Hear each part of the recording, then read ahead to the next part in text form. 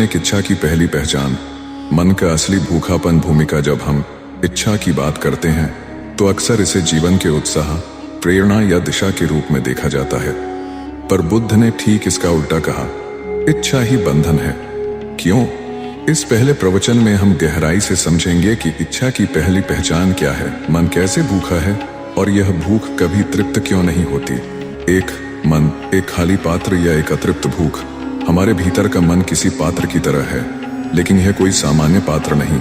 यह ऐसा पात्र है जिसमें आप कितना भी डालें वह भरता नहीं। आपको लगा एक अच्छा घर मिलेगा तो शांति मिलेगी, आपको लगा शादी होगी तो जीवन पूर्ण होगा, आपको लगा पैसा आएगा तो मन रमेगा।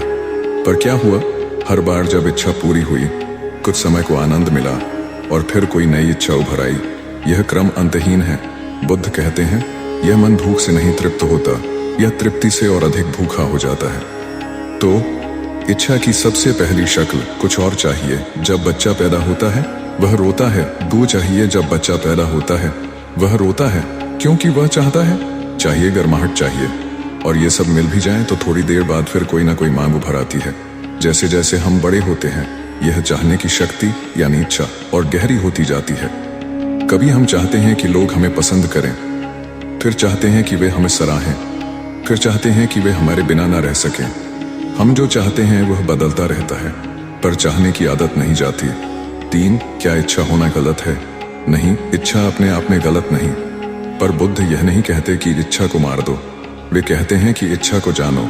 जानो कि वह कब जन्म लेती है, क्यों जन्म लेती है, और क्या वह पूरी होने के बाद शांत होती है या नई जन्म लेती है। उदाहरण, मान लीजिए आपको एक नया फोन चाहिए। आपको लगता है कि वह फोन आएगा तो आप खुश होंगे। आपने पैसे जोड़े, खरीदा और कुछ दिन मन खुश रहा। फिर नया मॉडल आया, अब वह पहले जैसा आकर्षक नहीं रहा। यही है तृष्णा का चक्र। 4 इच्छाओं का यह चक्र जीवन का दुख कैसे बनता है। बुद्ध ने 4 आर्य सत्य बताए। पहला सत्य ही कहता है जीवन दुखमय है। लेकिन यह दुख क्यों है? क्योंकि यह जीवन इच्छाओं से चल रहा है और इच्छा का स्वभाव है अपूर्णता। जब तक कोई इच्छा अधूरी है हम बेचैन रहते हैं, और जब पूरी हो जाए वह आनंद क्षणिक होता है, फिर नई बेचैनी शुरू हो जाती है। इसीलिए बुद्ध कहते हैं जहां तृष्णा है वहां दुख है, जहां तृष्णा नहीं है वहां निर्वाण है। मन की भूख, तुलना, प्रतिस्पर्धा और प्रदर्शन की आधुनिक जीवन में हमारी इच्छाएं केवल वस्तुओं तक सीमित नहीं। आज मन की भूख है, लोग क्या सोचेंगे, मुझे भी वैसा ही क्यों नहीं मिला। वह आगे बढ़ रहा है, मैं क्यों नहीं। बुद्ध ने कहा था दूसरे से तुलना करना ही सबसे बड़ा दुख है।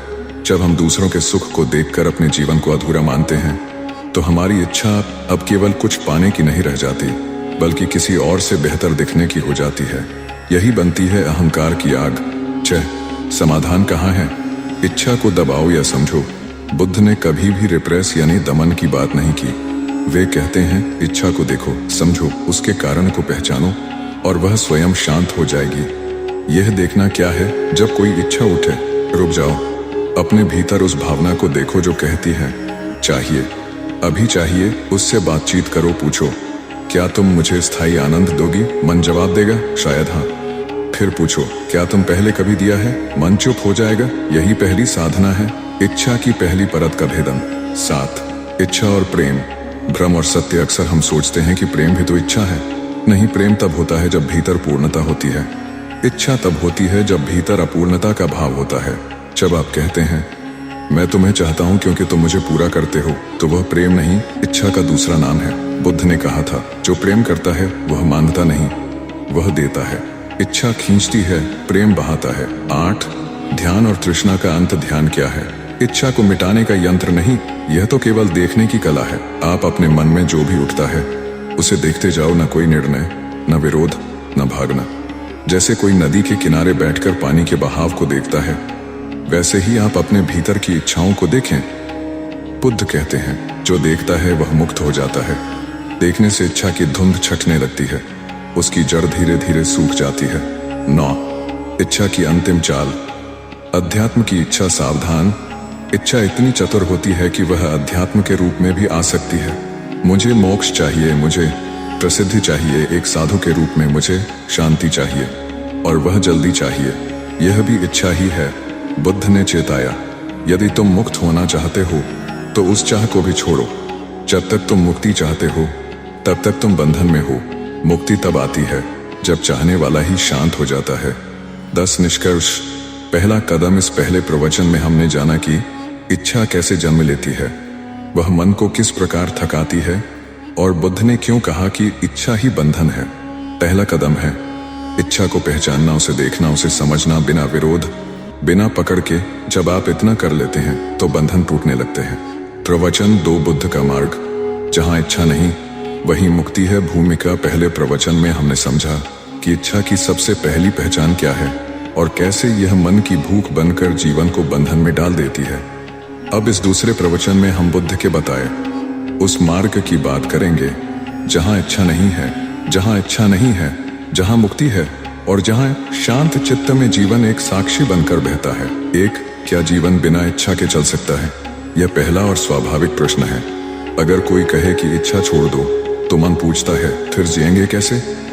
हमारे भीतर जीवन को आगे बढ़ाने वाली हर गतिविधि, उठना, खाना, काम करना, बोलना, इन सब का मूल हमें इच्छा ही लगता है। बुद्ध ने इस भ्रम को बहुत गहराई से तोड़ा। उन्होंने कहा बिना इच्छा के भी जीवन चल सकता है, लेकिन वह जीवन संचालित नहीं होता, वह प्रवाहित होता है। यहाँ बुद्ध उस जीवन की बात करते हैं जो प्रतिक्रिया नहीं बल्कि जागरूकता से भरपूर होता है। 2, इच्छा रहित स्थिति क्या है? शून्यता या पूर्णता? एक और बड़ा भ्रम, अगर इच्छा नहीं रहेगी तो जीवन सूना, बेरंग, शून्य हो जाएगा। ने इस भ्रम का उत्तर एक मौन मुस्कान से दिया, क्योंकि जब इच्छाएं गिरती हैं तो जीवन शून्य नहीं पूर्ण हो जाता है। शून्य वह है जहां मैं की अपेक्षा है, पूर्ण वह है जहां कोई अपेक्षा नहीं बचती। जिस क्षण तुम कुछ नहीं चाहते तुम स्वयं पूर्ण हो जाते हो। 3, 4 आर्य सत्य और 8 अंगिक मार्ग। बुद्ध ने मुक्ति के लिए जो मार्ग बताया वह 2 स्तरों पर चलता है, ज्ञान का स्तर, 4 आर्य सत्य व्यवहार का स्तर। अष्टांग मार्ग। 4 आर्य सत्य, दुख है, दुख का कारण तृष्णा है, दुख की निवृत्ति संभव है, दुख की निवृत्ति का मार्ग है। यहाँ से स्पष्ट होता है कि इच्छा ही दुख का कारण है और दुख को समाप्त करना है तो इच्छा को पहचानना होगा, समझना होगा और अंततः छोड़ना होगा। 4 अष्टांग मार्ग। बुद्ध का वास्तविक पथ, बुद्ध का 8 अंगों वाला मार्ग जीवन को ऐसे रूप में ढालता है जहां धीरे धीरे इच्छाएं स्वतः समाप्त होने लगती हैं। 1, सम्यक दृष्टि। जीवन को जैसा है वैसे देखना, बिना पूर्वग्रह, बिना मेरे दृष्टिकोण के। 2, सम्यक संकल्प। कोई भी कार्य लोभ, क्रोध या मोह से नहीं बल्कि शुद्धता से हो। 3, सम्यक वाक।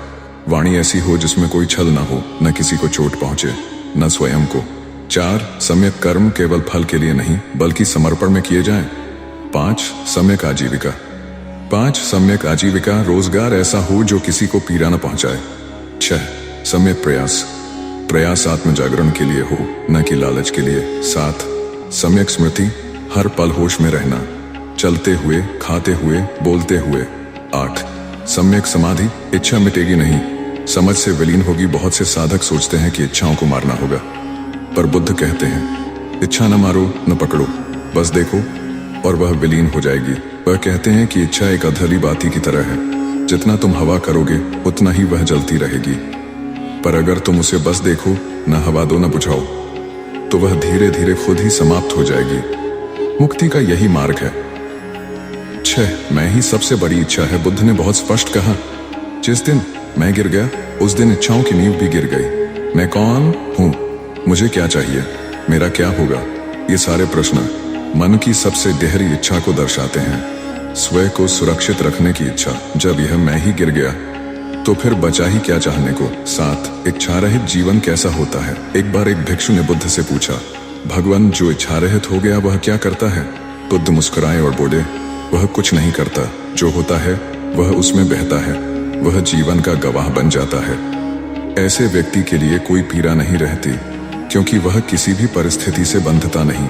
वह कहता नहीं ऐसा क्यों हुआ, बल्कि वह केवल देखता है ऐसा हो रहा है।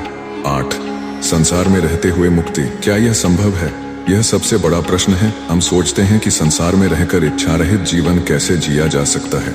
बुद्ध कहते हैं मुक्ति भीतर की स्थिति है, बाहर की नहीं। एक भिक्षु जंगल में बैठकर भी इच्छाओं से भरा हो सकता है और एक गृहस्थ बाजार में रहकर भी इच्छारहित हो सकता है। मुक्ति स्थान से नहीं, वृत्ति से आती है।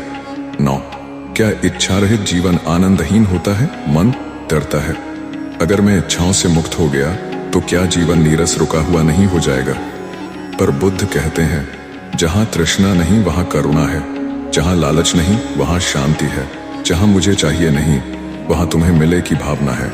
वह आनंद जो बिना किसी कारण के उठे वही सच्चा आनंद है, और वह तभी उठता है जब इच्छाएं शांत हो चुकी होती हैं। 10 निष्कर्ष। बुद्ध का मार्ग क्या है? बुद्ध का मार्ग कोई सिद्धांत नहीं बल्कि जीवन जीने की कला है। यह मार्ग आपको कहता है, इच्छा मत छोड़ो, पर उन्हें जानोगे, जब जानोगे तब वे स्वयं गिर जाएंगी। यह मार्ग कहता है, कुछ पाने मत चलो, कुछ खोने की तैयारी करो, क्योंकि जैसे जैसे आप भीतर से मेरा हटाते जाते हैं वैसे वैसे एक ऐसी मुक्ति की अनुभूति होती है जो किसी परिस्थिति से नहीं बल्कि आपके चित्त की शांति से आती है। प्रवचन 3 कामना और पीड़ा का संबंध। 4 आर्य सत्यों का रहस्य। भूमिका। बुद्ध ने जब ज्ञान प्राप्त किया तो उन्होंने कोई देवी देवताओं की बात नहीं की, उन्होंने न कोई दर्शास्त्र गढ़ा, न कोई कल्पना का जाल बुना, बल्कि उन्होंने केवल वास्तविकता को देखा, उसे जाना और उसे बोला। और जो उन्होंने सबसे पहले कहा वह था, मैं केवल दुख को जानता हूँ, दुख के कारण को जानता हूँ, दुख की निवृत्ति को जानता हूँ और उस निवृत्ति तक पहुँचने के मार्ग को जानता हूँ।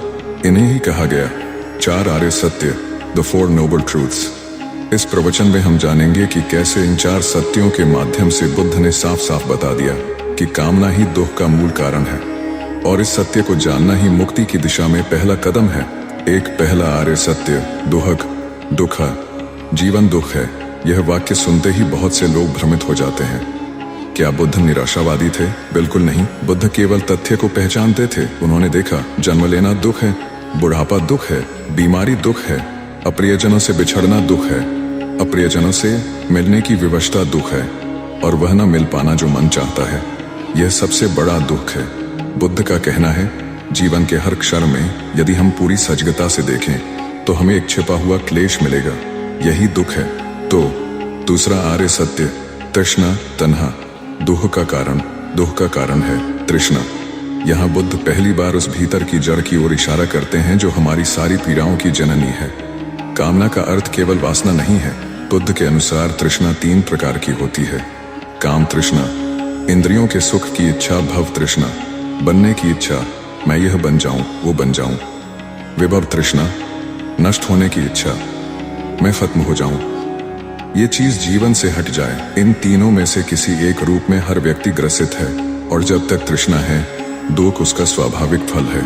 3 कामना और पीड़ा कैसे जुड़ी है? मान लीजिए आपको एक वस्तु चाहिए, जैसे एक विशेष नौकरी, एक प्रेमी, एक घर। जब तक वह चीज नहीं मिली आप बेचैन हैं, परेशान हैं, दुखी हैं।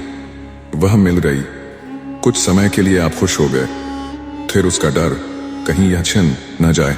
यानी कामना की शुरुआत में भी पीड़ा, पूर्ति में भी क्षणिक सुख और समाप्ति में भी पीड़ा। यह पीड़ा का चक्र है। 4 तीसरा आर्य सत्य, दुख की निवृत्ति संभव है। जहाँ तृष्णा नहीं वहाँ दुख नहीं। यह कोई दर्शन नहीं बल्कि एक प्रत्यक्ष अनुभव है। बुद्ध ने स्वयं इसे जिया और बताया कि जब तृष्णा समाप्त होती है तो जो शांति प्राप्त होती है वही निर्वाण है। निर्वाण का अर्थ है जिस अग्नि को कामना जलाए जा रही थी वह बुझ गई, अब कुछ भी पाने को शेष नहीं, कुछ भी खोने का भय नहीं। 5 चौथा आर्य सत्य, निवृत्ति का मार्ग, अष्टांगिक मार्ग। बुद्ध ने केवल समस्या नहीं बताई, उन्होंने उससे निकलने का रास्ता भी बताया। उन्होंने कहा, इस तृष्णा से बाहर आने का मार्ग है अष्टांग मार्ग।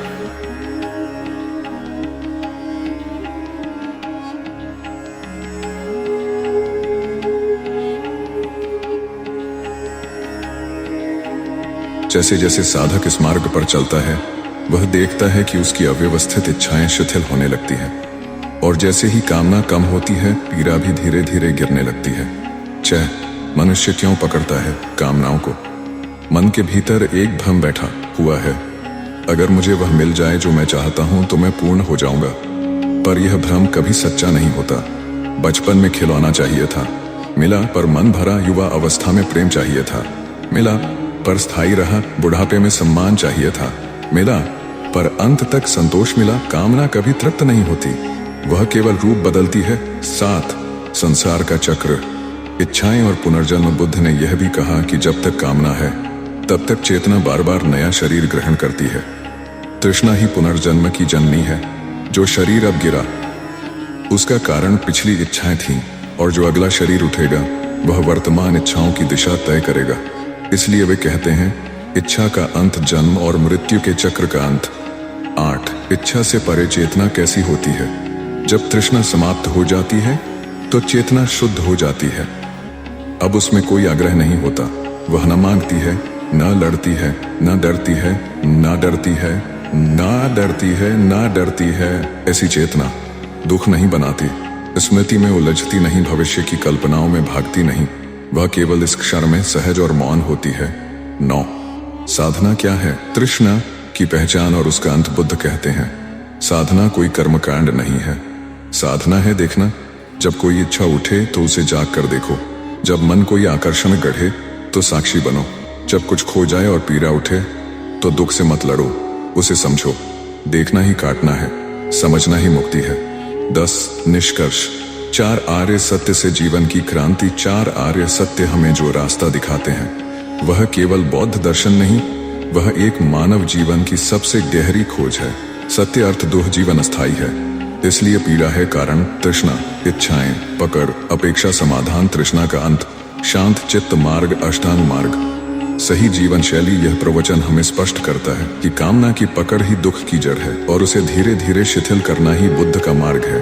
प्रवचन 4 इच्छाओं से मोक्ष की ओर। ध्यान की भूमिका। अब तक हम बुद्ध के इन 3 गहन सूत्रों से गुजर चुके हैं। इच्छा जीवन में बंधन का कारण है, दुख का कारण तृष्णा है। 4 आर्य सत्य हमें यह बोध देते हैं कि तृष्णा को कैसे पहचाना जाए। लेकिन अब सवाल यह उठता है, क्या केवल जान लेना काफी है? क्या केवल जान लेना काफी है? उत्तर है नहीं, जानने के बाद करना होता है और यही करने की दिशा है ध्यान, मेडिटेशन। बुद्ध का संपूर्ण मार्ग ध्यान के बिना अधूरा है। ध्यान ही वह अग्नि है जिसमें इच्छाओं की सारी गांठें जल जाती हैं। यह प्रवचन उसी आंतरिक अग्नि को प्रज्वलित करने की प्रक्रिया है। एक ध्यान क्या है? बुद्ध ध्यान को कोई विशेष मुद्रा या रीति नहीं मानते। ध्यान का अर्थ है वर्तमान क्षण में पूरी सजगता के साथ होना, न भूतकाल में रहना, न भविष्य की कल्पना में बहना, न अपने विचारों से चिपकना, न इच्छाओं के पीछे भागना, बल्कि केवल देखना, जैसे कोई निर्दोष शिशु पहली बार बारिश को देखे। ध्यान में तुम स्वयं से परे चले जाते हो, जहां केवल साक्षी भाव रह जाता है। 2 इच्छाएं क्यों टिकती हैं? इच्छाएं हमारे भीतर तभी टिकती हैं जब हम उन्हें पकड़ लेते हैं, हम उन्हें दबा देते हैं या हम उनसे डरते हैं। तीनों ही स्थितियां मन को सक्रिय करती हैं और ध्यान को असिद्ध। बुद्ध कहते हैं इच्छा को देखो, उसे न दबाओ, न पकड़ो, न भगाओ, बस देखो। यह देखना ही ध्यान है। 3 ध्यान और तृष्णा क्या संबंध है? ध्यान का सबसे बड़ा प्रभाव यह है कि वह इच्छा को बोध में बदल देता है। मान लीजिए कोई इच्छा उठती है, मुझे वह वस्त्र चाहिए, मुझे वह व्यक्ति चाहिए, मुझे सम्मान चाहिए। यदि आप जागकर उस इच्छा को देखें तो आपको अनुभव होगा कि वह स्थायी नहीं है, वह विचारों की लहर से उठी है, वह स्वयं ही कुछ समय में गिर जाएगी। बुद्ध कहते हैं जिस क्षण तुम इच्छा को पूरे होश से देखते हो वह क्षण ही मोक्ष की दिशा बन जाता है। 4 क्या ध्यान से इच्छाएं मिट जाती हैं? नहीं, तुरंत नहीं। ध्यान इच्छाओं को तुरंत समाप्त नहीं करता, बल्कि उन्हें कमजोर करता है। जैसे जैसे ध्यान गहरा होता है इच्छाएं पकड़ में आती हैं, पकड़ में आकर वे कमजोर होती हैं और अंततः वे छूटने लगती हैं। स्वयं ही ध्यान बाहरी नहीं बल्कि भीतर की प्रक्रिया है। यह मन को परिवर्तित नहीं करता बल्कि मन को पार करने की कला सिखाता है। 5 बुद्ध का संपूर्ण ध्यान विपस्साना। बुद्ध ने एक विशेष ध्यान विधि दी जिसे कहा गया विपश्यना। विपस्साना इसका अर्थ है जैसा है उसे वैसा ही देखना। शरीर में जो हो रहा है देखो, सांस आ जा रही है, देखो विचार आ रहे हैं, देखो भावनाएं उठ रही हैं, देखो न कोई प्रतिक्रिया न कोई निर्णय। यह देखना ही विकारों की जड़ को काटता है। 6 ध्यान में क्या होता है? जब इच्छा आती है, मान लो ध्यान कर रहे हो और अचानक मन कहता है चलो उठो कुछ अच्छा खा लें। अब तुम 2 राहों पर हो। 1 उस इच्छा में बह जाना, दूसरा उसे देखना और वहीं रुक जाना। अगर तुम देखना चुनते हो तो तुम चेतना में हो और यदि तुम बह जाते हो तो तुम फिर से मन की गुलामी में हो। ध्यान हमें हर क्षण एक विकल्प देता है। 7 ध्यान की अवस्था। निर्विकल्प होना ध्यान का अंतिम स्वरूप है। निर्विकल्प हो जाना अर्थात जहां कोई विकल्प ही नहीं बचा, कोई इच्छा ही नहीं उठती, मन एकदम शांत और मौन है। यह अवस्था न इंद्रियों की लिप्सा चाहती है, न आत्मा की सिद्धि, न यह लोक न परलोक, बस शुद्ध होना बचता है। बुद्ध इसे ही कहते हैं निर्वाण की भूमि। 8 इच्छाएं खत्म नहीं होती, वे रूप बदलती हैं। ध्यान से एक और सत्य उजागर होता है, इच्छाएं खत्म नहीं होती, वो अपना स्वरूप बदलती रहती हैं। पहले कोई वस्तु चाहिए थी, अब कोई भावनात्मक समर्थन चाहिए, फिर आध्यात्मिक अनुभव चाहिए। ध्यान इन सूक्ष्म स्तरों पर मौजूद इच्छाओं को भी दिखाता है। यही बुद्ध की साधना की गहराई है, केवल स्थूल कामनाएं नहीं बल्कि सूक्ष्म अहंकार तक का बोध। 9 ध्यान का अभ्यास क्या आवश्यक है? हाँ, बुद्ध के अनुसार ध्यान केवल बैठने की क्रिया नहीं है, ध्यान एक जीवन शैली है। चलते समय भी ध्यान, खाते समय भी ध्यान, सोते समय भी ध्यान। साधक ऐसा बनता है जो हर क्षण जागरूक रहता है, और जब यह अखंड जागरूकता बन जाती है तो फिर कोई भी इच्छा उसमें जड़ नहीं पकड़ सकती। 10 निष्कर्ष। ध्यान ही वह अग्नि है जिसमें इच्छा जलती है। इस प्रवचन का सार है, इच्छाएं चेतना की अनदेखी में पनपती हैं, ध्यान वह रोशनी है जिससे उनकी पहचान होती है। पहचानने मात्र से वे शक्तिहीन हो जाती है और अंततः एक गहन शांति प्रकट होती है। बुद्ध के ध्यान में कोई विचार नहीं, कोई कल्पना नहीं, कोई मंत्र नहीं, सिर्फ जागरूकता है, और वह जागरूकता ही मुक्ति का बीज है। प्रवचन 5 इच्छा से मुक्ति या जीवन से पलायन। बुद्ध की मौन चेतना भूमिका। जब बुद्ध यह कहते हैं कि इच्छाएं ही बंधन है, तो कई लोग सोचते हैं, क्या इसका अर्थ है कि हम कुछ चाहें ही नहीं? क्या इसका मतलब है कि हम जीवन को ठुकरा दें? क्या यह मार्ग विरक्ति, निराशा और पलायनवाद का नाम है? इस प्रवचन में हम इस भ्रम को स्पष्ट करेंगे। हम जानेंगे कि बुद्ध की इच्छा रहितता कोई पलायन नहीं बल्कि जीवन की सबसे गहन स्वीकृति है। एक ऐसा मौन जिसमें जीवन पूरे रूप में देखा जाता है, बिना पकड़, बिना घृणा, बिना संघर्ष। एक इच्छा छोड़ना, जीवन छोड़ना, यह सबसे आम गलत फहमी है। लोग सोचते हैं अगर मैं इच्छाएं छोड़ दूं तो जीवन में कुछ बचेगा ही क्या? पर बुद्ध का संदेश स्पष्ट है, इच्छा और जीवन एक नहीं है। इच्छा तो जीवन पर चढ़ा हुआ भ्रम है। जीवन स्वयं सुंदर है पर इच्छा उसे विकृत कर देती है। 2 इच्छा और प्रयत्न में क्या अंतर है? यहाँ एक सूक्ष्म भेद समझना जरूरी है। इच्छा ताना, प्रयत्न चांदा, कामना है कि कुछ खास हो, सजग क्रिया है। भय और लोभ से जुड़ी है, करुणा और समझ से उपजती है। मैं केंद्र में होता हूँ, कार्य केंद्र में होता है। भविष्य पर टिकी होती है, वर्तमान में आधारित होती है। बुद्ध ने इच्छा का त्याग किया पर प्रयत्न कभी नहीं छोड़ा। उनका पूरा जीवन करुणा से भरा प्रयत्न था। ध्यान सिखाना, भिक्षुओं को मार्ग दिखाना, समाज को दिशा देना। यह कोई पलायन नहीं था बल्कि पूर्ण जागृत सहभागिता थी। 3 इच्छा से रंगा जीवन। सच में जीवन है या स्वप्न? हम सोचते हैं कि इच्छाओं के बिना जीवन सूना हो जाएगा, पर सत्य यह है कि इच्छाओं से भरा हुआ जीवन स्वप्न की तरह है, जहां हर सुख के पीछे डर छिपा है और हर उपलब्धि के पीछे खोने का भय। बुद्ध ने कहा, वह सुख वास्तविक नहीं जो तृष्णा के साथ बंधा हो। जागृत जीवन का अर्थ है आनंद, बिना कारण संबंध, बिना अपेक्षा कर्म, बिना फल की चाह। यही है जीवन को मौनता से जीना। 4 मौन चेतना क्या है? बुद्ध की शिक्षा का अंतिम स्वरूप है मौन चेतना। यह वह स्थिति है जहां मन शांति में है, इच्छा की कोई तरंग नहीं उठती, आत्मा गवाह बनकर केवल देख रही है। यह मौन कोई शब्दों का अभाव नहीं बल्कि अस्तित्व की शुद्ध अनुभूति है। जब कुछ भी चाहने को न बचे तब जो शांति रह जाती है वही मौन है। 5 क्या इस मौन में प्रेम नहीं होता? बहुतों का प्रश्न होता है, यदि मैं इच्छा छोड़ दूं तो प्रेम, जुड़ाव, संबंध, ये सब कैसे रहेंगे? बुद्ध कहते हैं, तृष्णा से मुक्त प्रेम ही सच्चा प्रेम है। ऐसा प्रेम जो किसी को बदलना नहीं चाहता, जो पाना या खोना नहीं जानता, जो बस है, सहज, निष्पृह। बुद्ध ने अपनी मौन चेतना से करुणा की उस धारा को बहाया जिसने अनगिनत लोगों को छू लिया। 6 क्या इच्छा मुक्त जीवन नीरस होता है?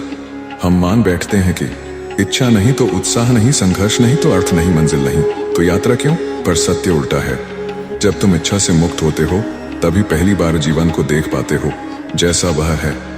फूल को देखना, बच्चे की मुस्कान में खो जाना, आकाश की नीलिमा में डूब जाना, ये सब उस मौन चेतना में स्वाभाविक रूप से घटता है। 7 बुद्ध स्वयं जीवन से भागे नहीं। लोग कहते हैं बुद्ध तो राजमहल छोड़कर चले गए, क्या वह पलायन नहीं था? नहीं, वह पलायन नहीं बल्कि अंतर यात्रा का आह्वान था। उन्होंने संसार नहीं छोड़ा, उन्होंने संसार की झूठी पकड़ को छोड़ा। उन्होंने जीवन को ठुकराया नहीं बल्कि जीवन को पूर्णता से अपनाया। महलों में भी वे असंतोषित थे, वनों में भी वे पहले भटकते रहे, पर जागते ही वे हर पल को पूजा की तरह जीने लगे। 8. क्या समाज के लिए कुछ करना भी इच्छा है? यहाँ भी एक भ्रम है। बुद्ध के पास हजारों भिक्षु थे, वह उन्हें दिशा देते थे, समाज को सिखाते थे। फिर क्या यह भी इच्छा नहीं? बिल्कुल नहीं, यह कर्म है बिना अहंकार के। बुद्ध का प्रत्येक कार्य ना मैं से प्रेरित था, ना किसी फल की चाह से, ना किसी सिद्धि की कामना से। यह केवल प्रेम और करुणा से उपजा था, जिसका केंद्र मौन चेतना थी। 9. क्या यह मौन हर किसी के लिए है? हाँ, बुद्ध ने कभी नहीं कहा कि यह मौन केवल सन्यासियों के लिए है, बल्कि किसान भी ध्यान कर सकता है, गृहस्थ भी जागरूक हो सकता है, व्यापारी भी तृष्णा से मुक्त हो सकता है। मौन चेतना धर्मशाला नहीं, एक भीतर की स्थिति है। 10. निष्कर्ष, जीवन से नहीं, भ्रम से मुक्त होना है इस प्रवचन का सार है। बुद्ध का मार्ग पलायन नहीं, उत्कृष्ट जीवन का मार्ग है इच्छाओं से मुक्त होना। जीवन से पूर्ण जुड़ाव, मौन चेतना, उस स्तर की उपस्थिति जहां कोई द्वंद्व नहीं बचता। यह मौन सभी के लिए संभव है, चाहे वह साधक हो या गृहस्थ। इच्छाओं से मुक्ति जीवन की अवहेलना नहीं, बल्कि उसका पूजन है। जहां जो कुछ है उसे उसी रूप में स्वीकारना, यही है बुद्ध का मौन। प्रवचन 6. मैं क्यों नहीं छोड़ पाता इच्छाएं? बुद्ध की दृष्टि से मन की चालाकी भूमिका। 5 प्रवचनों के बाद यह प्रश्न स्वाभाविक है। मैं जानता हूं कि इच्छाएं बंधन है, मैं छोड़ना भी चाहता हूं, फिर भी क्यों बार बार उन्हीं में उलझ जाता हूं? बुद्ध के युग में भी यह प्रश्न उतना ही सजीव था जितना आज है। इच्छाएं छोड़ने के लिए केवल चाहना काफी नहीं, बल्कि उनके पीछे काम कर रहे मन के अदृश्य जालों को जानना आवश्यक है। यह प्रवचन उन्हीं सूक्ष्म परतों को उजागर करता है। 1. इच्छा का तात्कालिक आकर्षण, छाया का सोना। बुद्ध कहते हैं, इच्छा तभी पकड़ लेती है जब तुम उसमें कुछ अमूल्य देख लेते हो। असल में इच्छा जो दिखाती है वो वास्तविक नहीं होता, वो एक प्रकार का मृग तृष्णा है। रेत में पानी का भ्रम। हम मानते हैं इस चीज से मुझे सुख मिलेगा, लेकिन असल में वह क्षणिक राहत मात्र होती है। बुद्ध इसे कहते हैं छाया का सोना पकड़ना, जिसे पकड़ते ही वह राख बन जाता है। 2. मन की आदत, बार बार दौड़ने की प्रवृत्ति। बुद्ध ने मन की तुलना एक बंदर से की है। एक ऐसा बंदर जो न कभी बैठता है ना एक शाखा पर टिकता है। जब तक यह मन कुछ करने, कुछ पाने, कुछ बदलने में लगा रहेगा, तब तक इच्छाएं रहेंगी। मन की ऊर्जा, इच्छा की ऊर्जा और जागृति। मन को देखना, पकड़ना नहीं। 3. स्मृति और भविष्य की मिलावट। इच्छाओं की जड़ मन अतीत से स्मृति उठाता है। उस दिन वह मिठाई कितनी अच्छी लगी थी, फिर भविष्य का चित्र बनाता है। अगर फिर मिले तो कितना अच्छा होगा। यही 2 सिरों के बीच तृष्णा जन्म लेती है। जो नहीं है उसके लिए प्यास पैदा होती है। बुद्ध कहते हैं, वर्तमान में जागो, वहीं पर इच्छा मरती है और शांति जन्म लेती है। 4. इच्छाओं को छोड़ने की इच्छा। नई चालाकी। बहुत बार जब हम कहते हैं मैं इच्छाएं छोड़ना चाहता हूं, तो वास्तव में यह भी एक नई इच्छा होती है। बुद्ध मुस्कुराते हैं, तुम तृष्णा छोड़ना चाहते हो, पर अब तृष्णा को छोड़ने की भी तृष्णा है। यह एक गहरा भ्रम है, जहां छोड़ने की क्रिया भी एक पाने की आकांक्षा बन जाती है। सत्य यह है, इच्छाएं तब छूटती हैं जब उन्हें पूरी होश से देखा जाए, ना कि जब उन्हें जबरन छोड़ा जाए। 5. मैं की भावना, इच्छाओं की जड़। 5. बुद्ध ने गहरी बात कही, जब तक मैं है तब तक इच्छा है। क्यों? क्योंकि मैं कुछ बनना चाहता है, मैं कुछ पाना चाहता है, मैं खुद को असुरक्षित महसूस करता है, इसलिए कुछ पकड़ना चाहता है। ये अहंकार ही इच्छाओं की मुख्य जड़ है। मैं को देखो, वह कैसे चुपचाप हर इच्छा के केंद्र में बैठा है। जैसे ही मैं को पहचान लिया, इच्छाएं स्वयं ही निर्बल होने लगती हैं। 6. सामाजिक तुलना। आधुनिक इच्छाओं की ईंधन। आज हम केवल अपनी चाहतों से नहीं बंधे, बल्कि दूसरों के पास जो है उसे देखकर भी बंधते हैं। उसके पास नया फोन है, मुझे भी चाहिए। वह विदेश घूमने गया, मैं क्यों नहीं? उसके जीवन में आनंद है, मेरे में क्यों नहीं? यह तुलना आधारित इच्छा सबसे खतरनाक होती है, क्योंकि यह कभी संतुष्ट नहीं होती। बुद्ध ने कहा था, जिसने तुलना करना छोड़ दिया उसने आधा जीवन जीत लिया। 7. आदत की शक्ति। अनजाने में इच्छाएं, कई इच्छाएं हमारे संस्कारों से उठती हैं। बचपन से जो सीखा, समाज ने जो भर दिया, विज्ञापन ने जो दिखाया, हम वही चाहते हैं, बिना यह देखे कि क्या यह सच में हमारा है। बुद्ध का दृष्टिकोण है, हर इच्छा को पहले सवाल करो, क्या यह मेरी अपनी है या सीखी हुई? क्या यह भीतर से उठी है या बाहर से थोपी गई है? 8. कुछ पाने की लालसा नहीं, बल्कि खो देने का डर ही हमें उनसे बांधता है। बुद्ध कहते हैं, तुम जो कुछ हो उसे खोने का डर तुम्हें मुक्त नहीं होने देता। इसलिए ध्यान से केवल इच्छा को नहीं देखो, बल्कि यह भी देखो कि क्या मैं इस डर को पकड़े हुए हूं। 9. जागरूकता का अभ्यास। धीरे धीरे ही छूटता है मन। बुद्ध ने कभी नहीं कहा कि इच्छाएं अचानक छूट जाएंगी, बल्कि उन्होंने कहा, ध्यान करो, हर इच्छा को देखो, उसे जियो नहीं, बस देखो। धीरे धीरे वह देखने की रोशनी अंधकार को पिघलाती है। इच्छाएं कोई शत्रु नहीं, वे केवल भ्रम हैं जिन्हें केवल पहचानने की आवश्यकता है। 10. निष्कर्ष। इच्छाओं से नहीं, भ्रम से निकलो। इस प्रवचन का अंतिम सार।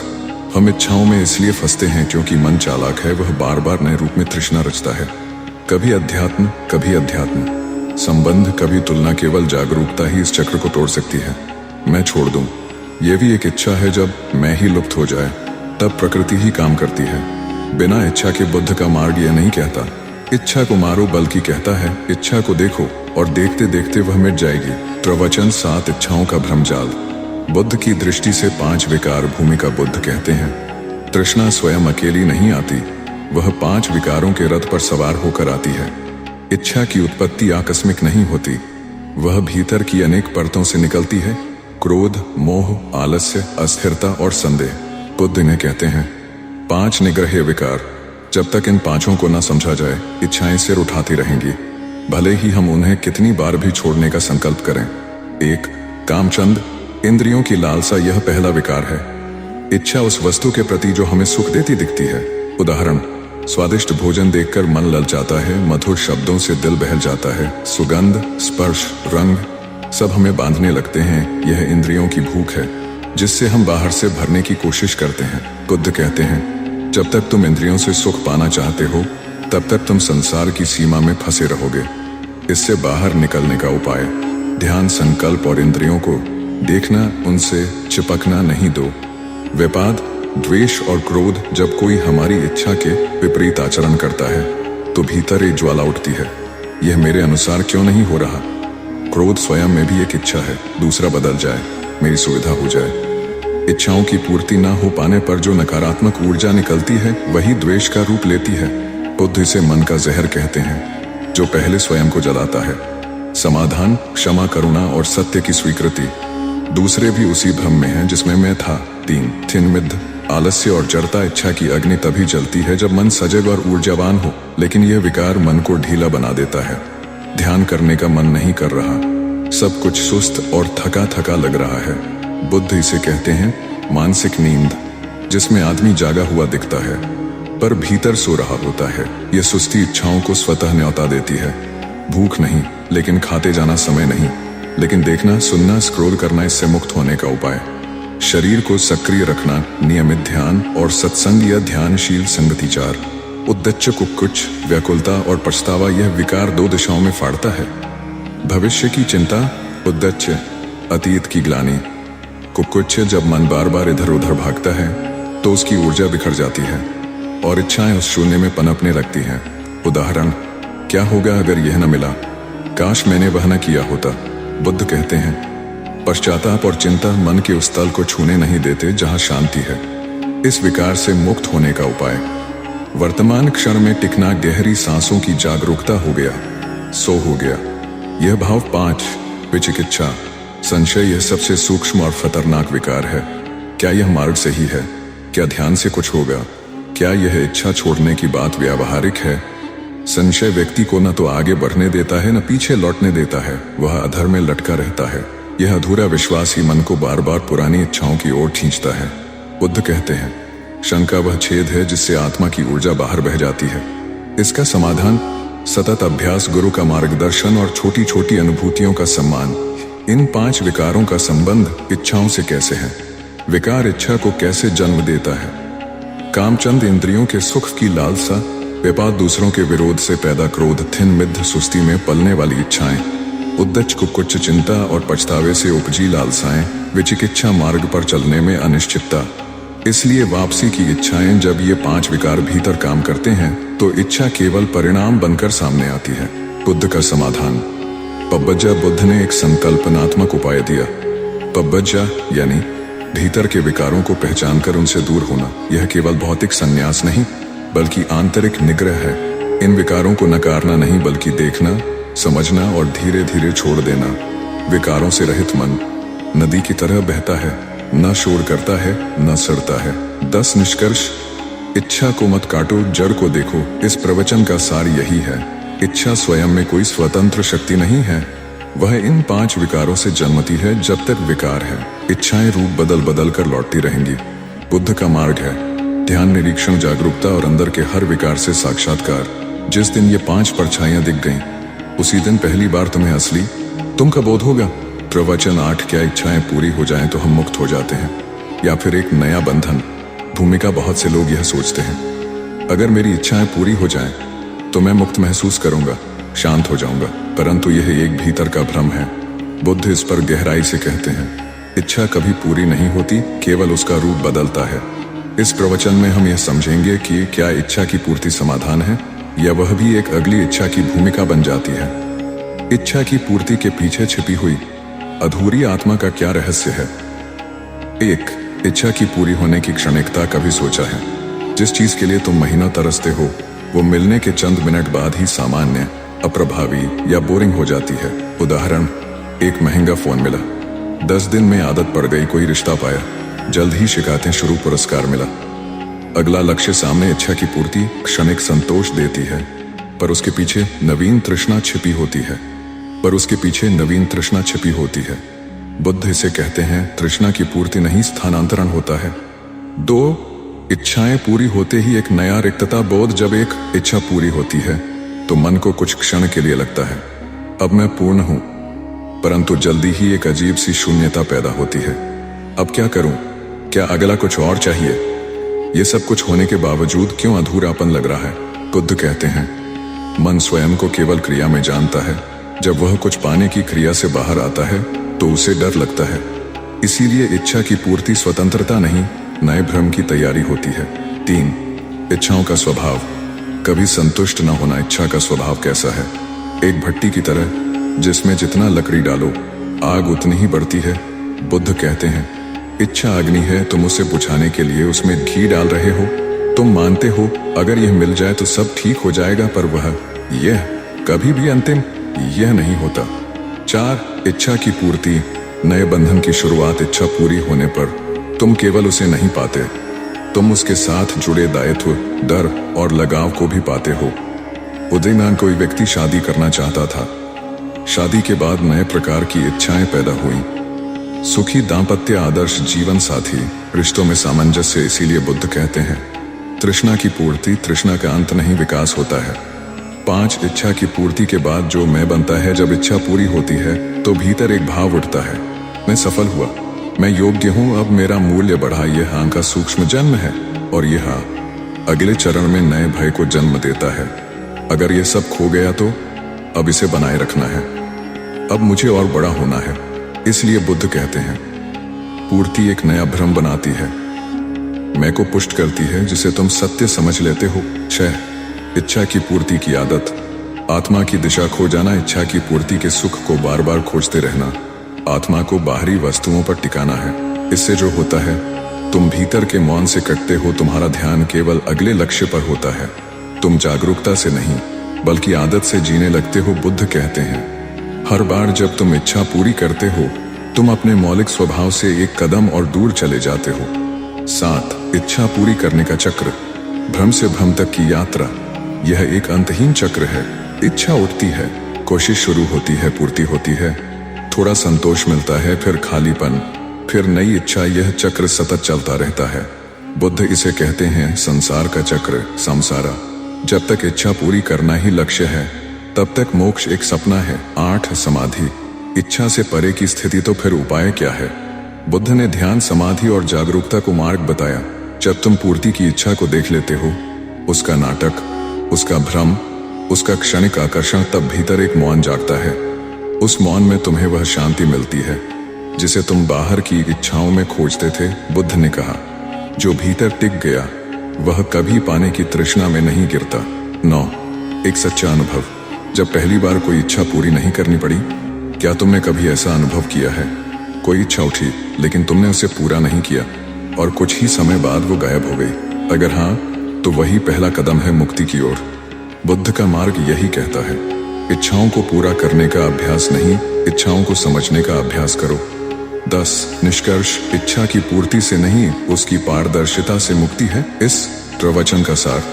इच्छा पूरी करना शांति नहीं, क्षणिक राहत है, पूर्ति के बाद उठता है नया बंधन, नया डर। इच्छा एक धूप की छाया है, पकड़ोगे तो गायब, समाधि और जागरूकता से ही वह बंधन कटता है। बुद्ध का मार्ग है, इच्छा को देखो, उसमें खो मत, जितना तुम्हें मिलेगा उतना तुम्हारी प्यास नहीं बुझेगी। प्यास तब बुझेगी जब तुम देख लोगे कि ये केवल रेत थी, पानी नहीं। प्रवचन 9, क्या इच्छा का अर्थ है जीवन। बुद्ध की दृष्टि से प्रेरणा और तृष्णा का अंतर भूमिका। कई बार लोग जब बुद्ध का उपदेश सुनते हैं, इच्छाओं का त्याग करो, तो वे घबरा जाते हैं। उनका पहला प्रश्न होता है, अगर इच्छाएं ही छोड़ दूं तो जीवन में बचेगा क्या? क्या बिना इच्छा के कोई प्रेरणा संभव है? क्या तब जीवन बेजान नहीं हो जाएगा? यहाँ बुद्ध का उत्तर स्पष्ट है, इच्छा, तृष्णा और प्रेरणा छंद 2 भिन्न धारणाएं हैं। एक तुम्हें बांधती है, दूसरी तुम्हें मुक्त करती है। इस प्रवचन में हम इन्हीं 2 शब्दों तृष्णा और छंद के बीच का भेद समझेंगे। एक, तृष्णा ता क्या है, क्या है? बुद्ध की व्याख्या, तृष्णा वह है जो भीतर एक अधूरेपन से उत्पन्न होती है।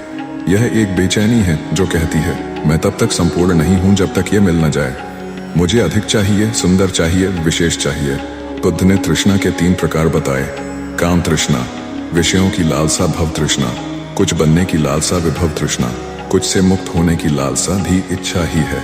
तृष्णा वह आकांक्षा है जो तुम्हें पल में नहीं रहने देती, या तो भविष्य की ओर धकेलती है या भूतकाल के पछतावे में डालती है। 2, छंद, चांदा क्या है? जागरूक प्रेरणा। बुद्ध इसके विपरीत छंद की बात करते हैं। छंद का अर्थ है जागरूकता से उठने वाली प्रेरणा। यह कोई गहरे बंधन या अधूरेपन से नहीं, बल्कि समझ और करुणा से उपजती है।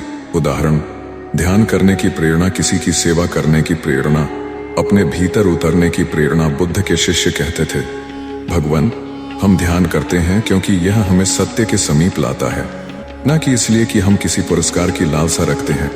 3, तृष्णा और छंद का भेद। एक गहरी तालिका विशेषता तृष्णा, त्या, चंद।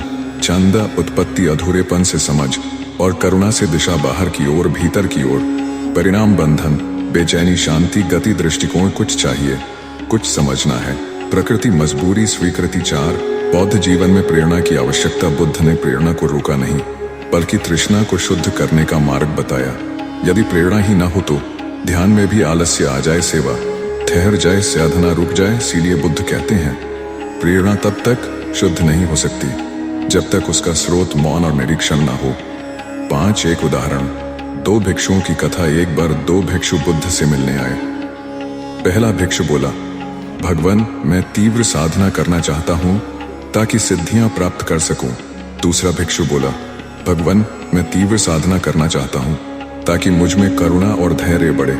बुद्ध ने पहले से कहा, तुम्हारा आग्रह तृष्णा है, तुम प्राप्ति की दौड़ में हो। और दूसरे से कहा, तुम्हारा आग्रह छंद है, तुम स्वयं को सहज बनाने की ओर बढ़ रहे हो। 6, तुम्हारे भीतर की इच्छा क्यों उठती है? तुम जब कोई इच्छा महसूस करो तो रुक कर पूछो, क्या यह इच्छा इसलिए है कि मुझे कुछ चाहिए, या इसलिए कि मुझे कुछ जानना है, समझना है, ठहराना है? अगर उत्तर पहले प्रकार का है तो वह तृष्णा है, अगर उत्तर दूसरे प्रकार का है तो वह छंद है। ये समझ ही जीवन की दिशा बदल देती है। 7, बंधनकारी इच्छाओं के संकेत। कुछ संकेत जिनसे तुम जान सकते हो कि तुम तृष्णा में हो या छंद में। तृष्णा जल्दी फल चाहती है, छंद प्रक्रिया में रम जाता है। तृष्णा डर से प्रेरित होती है, छंद प्रेम से। तृष्णा सफलता असफलता में दुखी होती है, छंद साक्षी रहता है। तृष्णा दूसरों से तुलना करती है, छंद अपने भीतर देखती है। 8, जीवन इच्छा से नहीं, जागरूकता से चलता है। यह बहुत गहरा बोध है। तुम इसलिए जीवित नहीं हो क्योंकि तुम्हारी इच्छाएं हैं, बल्कि इसलिए क्योंकि तुम्हारे भीतर एक साक्षी है। अगर तुम उस साक्षी में टिक सको तो प्रेरणा स्वयं उठती है। वह न भोग के लिए होती है, न सिद्धि के लिए, बल्कि केवल पूर्णता के स्वभाव से। 9, इच्छा का अंत मृत्यु नहीं, नया जीवन है। बुद्ध जब कहते हैं इच्छाओं से मुक्त हो जाओ तो उनका तात्पर्य निष्क्रियता या मृत्यु नहीं होता, बल्कि वह जीवन जो अलिप्त है, जागरूक है, करुणामय है और शांत है। तृष्णा का अंत शून्यता नहीं, बल्कि सबसे पूर्ण स्थिति है। 10, निष्कर्ष, इच्छा नहीं, दिशा चाहिए। इस प्रवचन का सार यही है, इच्छा ही जीवन नहीं होती। बल्कि जागरूकता से उपजी प्रेरणा ही जीवन को अर्थ देती है। तृष्णा से उठी क्रिया व्यक्ति को फंसाती है, छंद से उठी क्रिया व्यक्ति को मुक्त करती है। तुम्हारा जीवन तुम्हारी प्रेरणा पर निर्भर करता है। क्या वह जागरूकता से आती है या लालसा से? बुद्ध का मार्ग है, बाहर की लालसाओं से हटो, भीतर की प्रेरणा को पहचानो और उसे जीवन का मार्ग बनाओ। प्रवचन 10 इच्छाओं की नींव में जो डर है। बुद्ध का सामना भूमिका। जब हम किसी वस्तु की इच्छा करते हैं तो वह हमेशा आकर्षण या सुख पाने की लालसा नहीं होती। कई बार हमारी गहराई में छिपा होता है एक भय, अकेले रह जाने का भय, असफल हो जाने का भय, तुच्छ दिखने का भय, अस्तित्व के खो जाने का भय। बुद्ध ने कहा, इच्छाएं जितनी बाहर की लगती हैं उतने ही भीतर के डर की उपज होती हैं। इस प्रवचन में हम समझेंगे इच्छा और भय का संबंध, क्यों मन सुरक्षा की तलाश में लालसा करता है और कैसे इस भय को देखकर ही इच्छाओं से मुक्ति संभव है। 1. इच्छा जो चाहत से नहीं डर से जन्मी है। मानव का मन जब कहता है मुझे किसी से जुड़ना है, मुझे सफल होना है, मुझे संग्रह करना है, तो अक्सर यह मुझे चाहिए इसलिए आता है क्योंकि भीतर से एक मुझे खोना नहीं है जैसा डर दबा हुआ होता है। बुद्ध ने कहा, तुम्हारी अधिकांश इच्छाएं भय के विरुद्ध खड़ी की गई दीवारें हैं। 2. जीवन के मूलभूत डर जो इच्छाओं में छिप जाते हैं। 1. असुरक्षा का डर, अगर ये चीज नहीं रही तो मेरा क्या होगा। 2. तिरस्कार का डर, अगर मैं अच्छा नहीं दिखा तो लोग क्या सोचेंगे। 3. असफलता का डर, अगर मैं पीछे रह गया तो मैं व्यर्थ हो जाऊंगा। 4. अकेलेपन का डर, अगर मेरे पास कोई ना रहा तो मैं टूट जाऊंगा। ये सभी डर कुछ पाने की चाह बनकर उभरते हैं, पर वास्तव में वे कुछ खोने के भय हैं। 3. एक साधक की कथा। डर से इच्छा तक एक युवा साधक बुद्ध के पास आया। उसने कहा, भगवान, मुझे ज्ञान चाहिए, मुझे निर्वाण चाहिए, मुझे सच्चाई चाहिए। बुद्ध शांत रहे। फिर उन्होंने पूछा, क्या तुम डरते हो? साधक ने चौंक कर कहा, हाँ, मुझे जीवन व्यर्थ न हो जाए, इस बात का डर है, मुझे अंधेरे में खो जाने का भय है।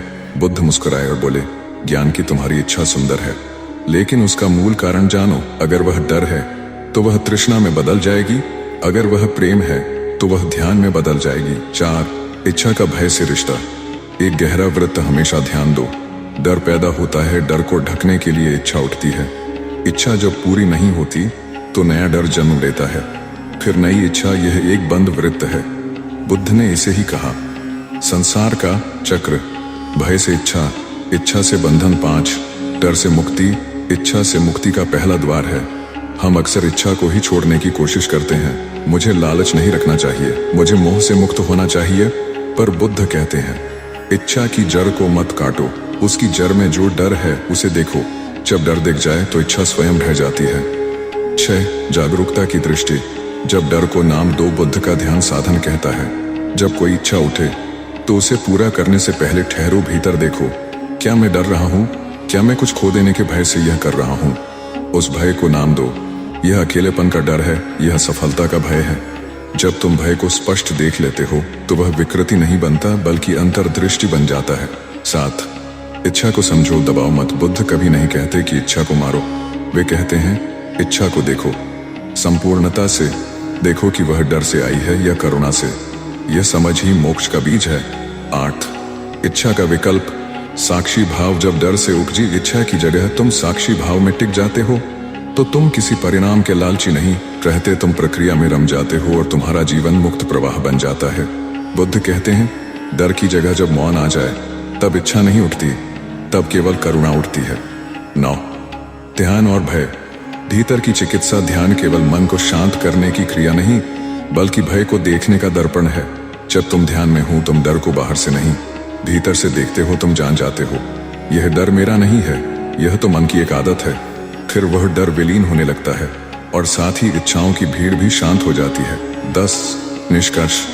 भय की पहचान से इच्छा की मुक्ति। इस प्रवचन का मूल सार, इच्छा केवल पाने की चाह नहीं होती, वह अक्सर भीतर के डर की प्रतिक्रिया होती है। जब तुम उस डर को देख लेते हो तो इच्छा की तीव्रता खुद कम हो जाती है और तब भीतर शांति की वास्तविक शुरुआत होती है। बुद्ध वही है जो अपनी इच्छाओं को नहीं, उनकी जड़ों को पहचानता है और उन्हीं को शांत करता है। प्रवचन 11। क्या इच्छा को पूरी तरह मिटाया जा सकता है? बुद्ध की दृष्टि में निर्वाण क्या है? 1. भूमिका। इच्छा का संपूर्ण अंत। भय या मुक्ति। बहुत से साधकों को यह प्रश्न मथता है, क्या मन बिना किसी इच्छा के जीवित रह सकता है? क्या इच्छा का अंत मृत्यु नहीं है? क्या बिना चाह के जीवन रुका हुआ ठहरा हुआ नहीं होगा? बुद्ध की दृष्टि से यह प्रश्न नैतिक नहीं बल्कि अस्तित्व की खोज के प्रश्न है। उन्होंने न केवल इच्छा के स्वरूप को देखा बल्कि उसके संपूर्ण समापन निरोधा को भी अनुभव किया। दो बुद्ध के अनुसार इच्छा मिट सकती है क्योंकि यह स्थायी नहीं है। बुद्ध ने कहा, यदि इच्छा उपन्ना तस्य निरोधो संभवो। जिसका जन्म हुआ है उसका अंत भी संभव है। जिस प्रकार क्रोध आता है और चला जाता है, मोह उठता है और शांत होता है, दुख उपजता है और लुप्त हो जाता है, उसी तरह इच्छा भी एक मानसिक संरचना है। वह तुम्हारे भीतर बनी है, इसलिए उसका मिटना भी संभव है। 3. इच्छा आत्मा की नहीं, मन की गति है। यहाँ एक मौलिक बात समझनी होगी।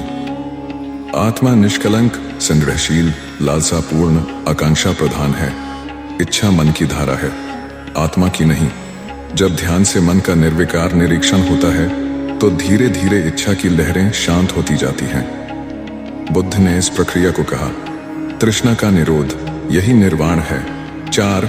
इच्छा नहीं मिटती जब तक उसकी जगह कुछ नहीं आता। यह सत्य है कि इच्छा जबरदस्ती नहीं मिटाई जा सकती। इच्छा को हटाने के लिए उसे किसी और चीज से प्रतिस्थापित करना होता है। बुद्ध के अनुसार वह जागरूकता साथी है। जहां तृष्णा है वहां ध्यान नहीं होता, जहां ध्यान है वहां तृष्णा टिक नहीं पाती। जब तुम पूर्णता से वर्तमान में होते हो तो भविष्य की कोई चाह नहीं बचती। 5. इच्छा को कैसे मिटाया जा सकता है? 8 अंगों का मार्ग बुद्ध ने इस उद्देश्य के लिए अष्टांग मार्ग दिया। सम्यक दृष्टि, सम्यक संकल्प, सम्यक वाक, सम्यक कर्म, सम्यक आजीविका, सम्यक प्रयास, सम्यक सम्यक स्मृति, सम्यक समाधि। यह मार्ग तृष्णा के पूर्ण निरोध की प्रक्रिया है।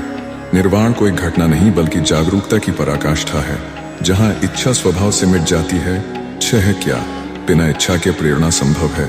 साधक अक्सर पूछते हैं, अगर सारी इच्छाएं मिट जाएं तो हम जीने के लिए क्यों उठें?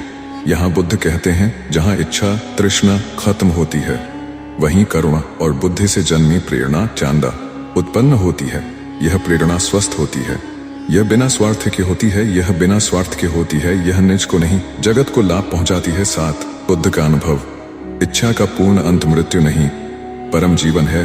जब बुद्ध को बोधि वृक्ष के नीचे निर्वाण प्राप्त हुआ तो यह मृत्यु नहीं थी बल्कि सबसे प्रखर, सबसे सजग चेतना का जन्म था। वह जीवन जिसमें कोई आग्रह नहीं, वह मृत्यु नहीं परम स्वतंत्रता है। 8. इच्छा का अंत, चेतना की अग्नि में जलकर निर्मल होना। इच्छा मिटाने का अर्थ उसे मारना नहीं, उससे भागना नहीं, बल्कि उसे पूर्णता से देखना, समझना, जानना और जागरूकता की अग्नि में जलाना है। यह वही प्रक्रिया है जो बुद्ध ने अपने जीवन में की। 9. इच्छा के बिना जीवन कैसा होता है? बुद्ध कहते हैं, वह जीवन चुप होता है, वह जीवन स्वतः प्रवाहित होता है। उसमें कोई मुझे चाहिए नहीं होता बल्कि केवल जैसा है वैसा स्वीकार होता है। वह जीवन प्रेम से भरा होता है क्योंकि उसमें भय या लालच नहीं बचते। 10. निष्कर्ष, हाँ, इच्छा को पूर्ण रूप से मिटाया जा सकता है। इस प्रवचन का गूढ़ सार, इच्छा को मिटाया जा सकता है क्योंकि वह जागृत मन में टिक नहीं सकती। उसके मिटते ही करुणा, प्रेम और आनंद की ऊर्जा जन्म लेती है। यह मिटना मृत्यु नहीं बल्कि आत्मिक पुनर्जन्म है। यह वही अवस्था है जिसे बुद्ध ने निर्वाण कहा। जब कुछ पाने की चाह नहीं रह जाती तभी जीवन में परम मिलता है। प्रवचन 12. इच्छा को दबाना नहीं, देखना है। बुद्ध का सूक्ष्म मार्ग। 1. भूमिका, क्यों इच्छाओं को मारना घातक है? अनेक साधक बुद्ध के मार्ग पर चलते हुए सबसे पहले यही सोचते हैं कि इच्छा ही बंधन है तो इसका विनाश करना ही मुक्ति है, परंतु यहीं वे एक बड़ा विचार दोष कर बैठते हैं। इच्छा को मिटाने की चेष्टा यदि समझ के बिना की जाए तो वह दमन, रिप्रेशन बन जाती है और दमन का परिणाम होता है मानसिक द्वंद्व, कुंठा, भीतर छुपा हुआ तनाव और अंततः पाखंड। बुद्ध ने स्पष्ट कहा, तृष्णा को नकारो मत, उसे पूर्णता से देखो। तो दमन क्या है और यह खतरनाक क्यों है? दमन का अर्थ है किसी विचार, भावना या इच्छा को मन से जबरदस्ती निकाल देना बिना उसे स्वीकार किए। दमन में इच्छा बाहर से मरी हुई लगती है पर भीतर अशरीभूत की तरह घूमती रहती है। वह समय आने पर और भी तीव्र होकर उभरती है। साधक उसे पहचान भी नहीं पाता क्योंकि वह अब अवचेतन में छिपी होती है। बुद्ध ने इसीलिए चेताया, जो तुम दबाते हो वह तुम्हारे ही भीतर छिपा शत्रु बन जाता है। 3. बुद्ध का दृष्टिकोण, देखने की साधना, साथी बुद्ध की साधना में कोई भी चीज दबाई नहीं जाती, बल्कि उसे संपूर्ण जागरूकता से देखा जाता है। वैपस्साना विपश्यना का मूल यही है, इच्छा उठती है, उसे नकारो नहीं, उसे साक्षी भाव से देखो। देखना क्या करता है? इच्छा को समझ में बदल देता है, समझ उसे विलीन कर देती है और मन शांत हो जाता है। बिना संघर्ष के 4 कहानी। एक साधक और इच्छा का दमन। एक युवा साधक बुद्ध के पास आया और बोला, भगवान, मैं बहुत प्रयास करता हूँ इच्छाओं से मुक्त होने का, परंतु वे बार बार और बल से लौटती हैं। बुद्ध ने मुस्कुराकर पूछा, क्या तुम उन्हें समझते हो या मारते हो? साधक चुप रहा। बुद्ध बोले, जिसे तुम मारते हो वह पुनः जन्म लेता है, जिसे तुम समझते हो वह स्वभाव से मिट जाता है। 5 समझ क्या है? समझ का अर्थ है यह जानना कि यह इच्छा क्यों उठी, इसका स्रोत क्या है, क्या यह स्वाभाविक है या भय प्रेरित है, क्या यह मुझे बंधन में डालती है या मुक्त करती है। यह विश्लेषण नहीं, बल्कि साक्षी भाव से देखना है। जैसे कोई पानी में उठती तरंगों को देखे बिना उन्हें छेड़े। 6 इच्छा और दमन में अंतर। एक दृष्टांत, तुम एक दीपक को बुझाना चाहते हो। अगर तुम हाथ से जबरदस्ती लौ को दबाओगे, तुम्हारा हाथ जल जाएगा, पर अगर तुम तेल को देखो और उसकी आपूर्ति रोक दो, लौ खुद ब खुद बुझ जाएगी। इच्छा, लौ, अज्ञान। तेल बुद्ध कहते हैं, तेल को देखना, पहचानना और छोड़ देना। तसात, क्यों दबाने से हिंसा जन्म लेती है? दमन से दोहरा नुकसान होता है, मन टूटता है, भीतर विभाजित होता है। एक भाग कहता है इसे मारो, दूसरा कहता है मैं इसे चाहता हूं। वह दबा भाग अवसर पाकर बाहर आता है, कभी सपनों में, कभी व्यवहार में, क्रोध या हताशा के रूप में या पाखंड में। बाहर त्याग, भीतर तृष्णा। बुद्ध ने कहा, सत्य पर चलना है तो पहले अपने मन के साथ ईमानदार बनो। 8 साक्षी भाव। इच्छा के पार जाने का सेतु। जब तुम इच्छाओं को दबाते नहीं, बल्कि मौन जागरूकता से देखते हो, तब तुम उसमें उलझते नहीं, तुम उस ऊर्जा को देख पाते हो जो उसमें बंधी है, और धीरे धीरे वही ऊर्जा ध्यान, करुणा, मौन में परिवर्तित होती है। इच्छा को दबाने से ऊर्जा विकृति बनती है, देखने से रचनात्मक शक्ति बनती है। 9 बुद्ध की ध्यान। तुम्हारे लिए बंद कर दिए गए थे, अब खुद चलकर तुम्हारे स्वागत में खुलेंगे। और सुन, अब वो लोग जो तुझे नीचा दिखाने की कोशिश करते थे, जो तेरे आगे दीवार बनते थे, वही अब तेरे सामने सर झुकाए खड़े होंगे, क्योंकि तू बना ही है जीत के लिए। तेरी रगों में हार का कोई नामो निशान नहीं है। जिन्हें लोग कभी नजरअंदाज कर देते थे, अब वही नाम हर गली, हर चौराहे पर चर्चा का हिस्सा बनेगा। लेकिन एक बात हमेशा याद रखना, जैसे ही तेरी किस्मत करवट लेगी, वैसे ही कुछ चेहरे सामने आएंगे जो बाहर से अपने दिखेंगे, लेकिन भीतर से तेरे सबसे बड़े दुश्मन बन चुके होंगे। ये वही लोग होंगे जो तेरी तरक्की से जलते हैं, तेरी उड़ान से डरते हैं। ये हर मोड़ पर तुझे गिराने की चालें चलेंगे, तुझे हिलाने की कोशिश करेंगे, लेकिन तुझे सतर्क रहना होगा, क्योंकि जीत कभी अकेली नहीं आती। वो अपने साथ जलन, धोखा और चालबाजियां भी लाती है। अब फैसला तुझे करना है, क्या तू इन चारों से डरकर किसी कोने में छिप जाएगा, या फिर बाज की तरह ऊंचाई में उड़कर दुनिया को दिखाएगा कि तू क्या है। ये वही घड़ी है जब ऊपर वाला भी तुझ पर नजर रखे बैठा है। वो प्रवचन 13। क्या प्रेम भी इच्छा है? बुद्ध की गहराई से समझें एक भूमिका। प्रेम और इच्छा 2 समान प्रतीत होते अनुभव, पर क्या वे वाकई समान हैं? साधारण मन के लिए जब हम कहते हैं मैं तुमसे प्रेम करता हूं, तो उसके भीतर अक्सर छुपी होती है मैं चाहता हूं कि तुम मेरे हो जाओ। यही वह बिंदु है जहां प्रेम और इच्छा आपस में गड्ढमड्ढ हो जाते हैं। पर बुद्ध की दृष्टि में यह स्पष्ट है, इच्छा स्वयं के लिए होती है, प्रेम दूसरे के लिए होता है। अहंकार और करुणा के बीच का अंतर ही इच्छा और प्रेम का अंतर है। 2 इच्छा आत्म केंद्रित आकर्षण इच्छा का स्वरूप है। मुझे चाहिए, मैं चाहता हूं कि मुझे इससे सुख मिलेगा, इसका केंद्र में होता है, दूसरा केवल माध्यम होता है। मैं उसे चाहता हूं। इसका अर्थ यह नहीं कि तुम उससे प्रेम करते हो, बल्कि यह कि तुम उसे स्वयं के सुख के लिए चाहते हो। इच्छा में स्वार्थ छिपा होता है। 3 प्रेम अनुकूलता में नहीं, स्वीकृति में बसता है। बुद्ध कहते हैं जहां चाह नहीं वहां ही प्रेम जन्म लेता है। प्रेम क्या है? किसी को वैसे ही स्वीकारना जैसे वह है, उसकी स्वतंत्रता में प्रसन्न होना, बिना कुछ मांगे देना, उसकी पीड़ा को अपनी समझना, उसकी मुक्ति को अपना आनंद मानना। यह सब स्वाभाविक रूप से उत्पन्न होता है जब मन तृष्णा से मुक्त होता है। 4 इच्छात्मक प्रेम। एक भ्रम हमारी अधिकांश प्रेम कहानियां वास्तव में होती हैं। तृष्णा की गहरी परतें जिन्हें हमने प्रेम का नाम दे दिया है। तुम कहते हो मैं तुम्हारे बिना जी नहीं सकता, यह प्रेम नहीं, निर्भरता, अटैचमेंट है। तुम कहते हो मैं चाहता हूं तुम हमेशा मेरे साथ रहो। यह प्रेम नहीं, स्वामित्व की भावना है। जहां मांग है वहां प्रेम नहीं हो सकता। बुद्ध ने इसीलिए कहा, प्रीमा एन एम एन ए साख एन मैं होती ना होती। जहां प्रेम होता है वहां अपेक्षा नहीं होती। 5 बुद्ध का जीवन प्रेम बिना बंधन। जब बुद्ध ज्ञान प्राप्त कर अपने नगर कपिलवस्तु लौटे तो यशोधरा, राहुल और पिता शुद्धोधन से मिले। उन्होंने किसी से प्रेम की घोषणा नहीं की, परंतु उनका मौन, उनका दृष्टिपात, उनका हृदय स्पर्शी करुण भाव इतना गहन था कि हर कोई रो पड़ा। बुद्ध का प्रेम मौन था, परंतु उसमें आत्मा को छू लेने की शक्ति थी। वह प्रेम था बिना किसी तृष्णा के, पूर्ण स्वीकृति और करुणा का निर्मल झरना। 6 प्रेम में इच्छा कब घुसती है?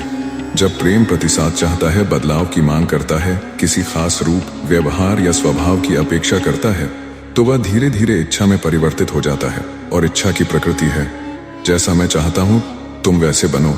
यहीं से प्रेम बंधन, विवाद और वियोग की ओर जाने लगता है। 7 सच्चे प्रेम का लक्षण मुक्ति देना। बुद्ध ने कहा, जो प्रेम देता है वह स्वतंत्रता देता है, जो बंधन देता है वह व्यापारी है, प्रेमी नहीं। तुम्हारा प्रेम अगर किसी को स्वयं बनने में मदद करता है तो वह प्रेम है। अगर तुम्हारा प्रेम उसे तुम्हारी छाया बनाने की कोशिश करता है तो वह इच्छा है। 8 प्रेम में भी आनंद है, पर वह मौन होता है। इच्छा का आनंद उत्तेजना से जुड़ा होता है, प्रेम का आनंद शांति और मौन से जुड़ा होता है। इच्छा का चरम भोग है, प्रेम का चरम त्याग है। इच्छा अंततः थका देती है, प्रेम अंततः ऊर्जावान करता है। 9 ध्यान और प्रेम गहरे जुड़ाव के द्वार। बुद्ध ने ध्यान और प्रेम को कभी अलग नहीं किया। जो गहराई से ध्यान करता है वह भीतर प्रेम के स्रोत को पाता है, जो नदियों की तरह सब ओर बहता है बिना किसी नाम या रूप के। ध्यान का अर्थ है मन की सारी मांगों को देखना, अहंकार की गहराइयों को पहचानना और उस केंद्र तक पहुंचना जहां तुम और जगत 2 नहीं रह जाते। वहीं से प्रेम जन्म लेता है। 10 निष्कर्ष प्रेम और इच्छा एक जैसे दिखते हैं, परंतु अंतर महासागर जितना गहरा है इस प्रवचन का सार। इच्छा मुझे चाहिए से जन्म लेती है, प्रेम तुम रहो जैसे हो से जन्म लेता है। इच्छा स्वार्थ है, प्रेम करुणा है। इच्छा परिणाम की आशा में बंधी है, प्रेम मूल्य की पूर्ति है। प्रेम मूल्य है जो मुक्त करता है, इच्छा वही है जो बांधती है। बुद्ध प्रवचन 14 जब मन पूर्णतया मौन होता है, इच्छा का संपूर्ण अंत। एक भूमिका, क्या बिना इच्छा के जीवन संभव है? बहुत से साधक पूछते हैं, अगर इच्छा नहीं होगी तो हम कुछ करेंगे ही क्यों? क्या इच्छा विहीन जीवन शून्य, नीरस और निष्क्रिय नहीं हो जाएगा? यह प्रश्न स्वयं में एक भ्रांति को छुपाए हुए है। बुद्ध ने इसका उत्तर बहुत सूक्ष्मता से दिया। इच्छा और कार्य प्रेरणा में अंतर है। इच्छा बंधन है, कार्य प्रेरणा सहज धर्म है। 2 इच्छा और सहज प्रवाह में अंतर। इच्छा का अर्थ है मन में कोई आकांक्षा, कोई अपेक्षा, भविष्य के किसी सुख की कल्पना। सहज प्रवाह का अर्थ है जीवन की लहरों पर तरंग की तरह बहना बिना किसी आकुलता के। इच्छा मूल में भय या लोभ से प्रेरित होती है, सहज क्रिया समझ और मौन से उपजती है। बुद्ध के अनुसार इच्छा के बिना भी क्रिया हो सकती है और वही सच्ची क्रिया होती है। 3 जब इच्छा मिटती है तो क्या शेष रह जाता है? यह सबसे महत्वपूर्ण प्रश्न है। अगर सारी इच्छाएं मिट जाएं, सत्ता की, प्रेम की, स्वर्ग की, मुक्ति की, अमरता की, तो क्या शेष रहेगा? बुद्ध कहते हैं, जो शेष रहता है वही निर्वाण है। निर्वाण कोई अभाव नहीं बल्कि एक पूर्णता का अनुभव है, जहां कुछ भी शेष नहीं रहता पाने को और सब कुछ शेष रहता है अनुभव करने को। 4 निर्वाण इच्छा के पूर्ण अंत का अनुभव। बुद्ध ने निर्वाण को नकारात्मक शब्दों में व्यक्त किया क्योंकि उसे परिभाषित नहीं किया जा सकता। निर्वाण अनिर्वाह, निर्वाह, अनिर्वाह, बुझ जाना, अनावस्था, जैसे दिए की लौ बुझ जाए। वह बुझना ही शांति है जिसमें कोई गति नहीं, कोई चाह नहीं, कोई चाह नहीं, कोई खोज नहीं। परंतु यह शून्यता नहीं है, यह एक जीवित मौन है। 5 कहानी। बुद्ध और उपवास में बैठा साधु। एक बार एक साधु बुद्ध के पास आया और बोला, भगवान, मैंने सभी इच्छाओं का त्याग कर दिया है, अब मैं केवल निर्वाण की प्रतीक्षा करता हूँ। बुद्ध मुस्कुराए और बोले, क्या निर्वाण भी एक इच्छा नहीं है? तुमने इच्छाओं को छोड़ा नहीं, सिर्फ उनकी दिशा बदल दी है। वह साधु चौंका और वहीं बैठ गया, अब किसी प्रतीक्षा के बिना। बुद्ध बोले, जब प्रतीक्षा खत्म होती है तभी तुम वहां पहुंचते हो जहां कोई पहुंचना नहीं होता। 6 इच्छा के कारण मैं की धारणा। बुद्ध कहते हैं, जब तक मैं है तब तक इच्छा है। मैं कौन है? एक मानसिक संकल्पना, यादों, अनुभवों, आकांक्षाओं का संग्रह, एक झूठा केंद्र। जिसे हम पालते हैं। जब मैं गिरता है तो इच्छा की जड़ ही सूख जाती है। जहां अहम नहीं वहां तृष्णा नहीं, जहां तृष्णा नहीं वहां बंधन नहीं। 7. ध्यान। इच्छा के अंत की दिशा। ध्यान का उद्देश्य इच्छा को दबाना नहीं बल्कि उसे संपूर्ण रूप से देखना है। बुद्ध की ध्यान साधना विपश्यना इसी सत्य की ओर ले जाती है। वह कहती है, तुम अपने विचारों को देखो, तुम अपनी भावनाओं को देखो, तुम अपनी इच्छाओं को देखो और बस देखो। ना भागो ना पकड़ो, देखना ही दाह है जो इच्छा को धीरे धीरे समाप्त कर देता है। 8. इच्छा का अंत। क्या यह एक प्रक्रिया है या तत्काल घटना? बुद्ध कहते हैं, इच्छा का अंत धीरे धीरे घटता है, परंतु जब वह समाप्त होती है तो वह अचानक होती है, जैसे दिया बुझ जाए। तुम उसे नियंत्रित नहीं कर सकते, तुम सिर्फ प्रत्येक इच्छा को जागरूकता से देख सकते हो। जब देखने की प्रक्रिया पूर्ण हो जाती है तो इच्छा का अंत स्वतः घटित होता है। 9. इच्छा के अंत के बाद जीवन कैसा होता है? कर्म चलता है परंतु बंधन नहीं होता, संबंध रहते हैं परंतु अपेक्षा नहीं होती, शरीर जीवित रहता है परंतु आत्मा मुक्त होती है, मौन चलता है परंतु भीतर संपूर्णता का संगीत बजता है। यह अवस्था जीवन में रहते हुए निर्वाण कहलाती है, जीवन मुक्ति। 10. निष्कर्ष। हाँ, इच्छा का पूर्ण अंत संभव है बुद्ध के अनुसार। यह कठिन है पर असंभव नहीं। यह त्याग से नहीं, समझ से होता है। यह प्रयास से नहीं, मौन से होता है। यह मृत्यु से नहीं, पूर्ण जागरूकता से होता है। जहाँ इच्छा की अंतिम तरंग भी शांत हो जाती है, वहीं से शाश्वत जीवन का आरंभ होता है। बुद्ध। प्रवचन 15। इच्छाएं ही बंधन है। अंतिम सत्य की पूर्ण व्याख्या। 1. भूमिका। अंतिम वचन में छिपा अनंत अर्थ बुद्ध का अंतिम वाक्य था, अपने दीपक स्वयं बनो। और उससे पहले उन्होंने कहा, सब संयोग अनित्य है। परंतु इन दोनों वचनों के बीच बुद्ध ने कुछ और भी कहा जो कम चर्चित है परंतु अत्यंत महत्वपूर्ण। इच्छाएं ही बंधन है। यह कोई साधारण कथन नहीं बल्कि मुक्ति का मूल सूत्र है। 2. तृष्णा। हर पीड़ा का मूल कारण। बुद्ध ने 4 आर्य सत्यों में पहला सत्य बताया, जीवन दुखमय है, और दूसरा, इस दुख का कारण तृष्णा है। तृष्णा ही इच्छा है, जिससे जन्म होता है, मरण होता है, पुनर्जन्म की चक्रवात बनती है और भीतर कभी न भरने वाली रिक्तता उपजती है। 3. इच्छा कैसे बंधन बनती है? इच्छा किसी वस्तु की नहीं होती बल्कि उसके पीछे के सुख की होती है। जब हम सुख को बाहर खोजते हैं, हम स्वयं को उसी वस्तु या व्यक्ति से बांध लेते हैं। जो चाहता है वही परतंत्र हो जाता है, जो नहीं चाहता वही स्वतंत्र है। हर इच्छा हमें भविष्य से जोड़ती है, वर्तमान को उपेक्षित कर देती है। 4. इच्छा इच्छा इच्छा इच्छा और बंधन का मनोविज्ञान। इच्छा हमें एक काल्पनिक पूर्णता की ओर खींचती है। हम सोचते हैं, अगर ये मिल जाए तो मैं पूरा हो जाऊंगा, लेकिन सत्य यह है, हर प्राप्ति के बाद एक नई इच्छा जन्म लेती है। यह चक्र अंतहीन है। संसार इसी को कहते हैं, बंधे हुए मन को ही संसार कहते हैं। बुद्ध। 5. क्या इच्छा के बिना जीवन निष्क्रिय हो जाएगा? यह सबसे सामान्य भ्रांति है, परंतु बुद्ध कहते हैं, जहां समझ होती है वहां आवश्यकता होती है। पर इच्छा नहीं, तुम भोजन करोगे, पर तृष्णा से नहीं बल्कि शरीर के धर्म से तुम संबंध बनाओगे। पर स्वार्थ से नहीं बल्कि करुणा से तुम बोलोगे। पर अहंकार से नहीं बल्कि मौन की गहराई से। इच्छा विकृति है जबकि सहज जीवन धर्म है। 6. इच्छा से मुक्त होना। तप नहीं, जागृति है। बुद्ध का मार्ग तप का नहीं था बल्कि सम्यक जागरूकता का था। उन्होंने कहा, इच्छा को बलपूर्वक नहीं छोड़ा जा सकता, उसे केवल देखने से वह गिर जाती है। तुम इच्छा को देखो, जब वह उठती है, जब वह तुम्हें खींचती है, जब वह तुम्हें खींचती है, जब वह तुम्हें बेचैन करती है।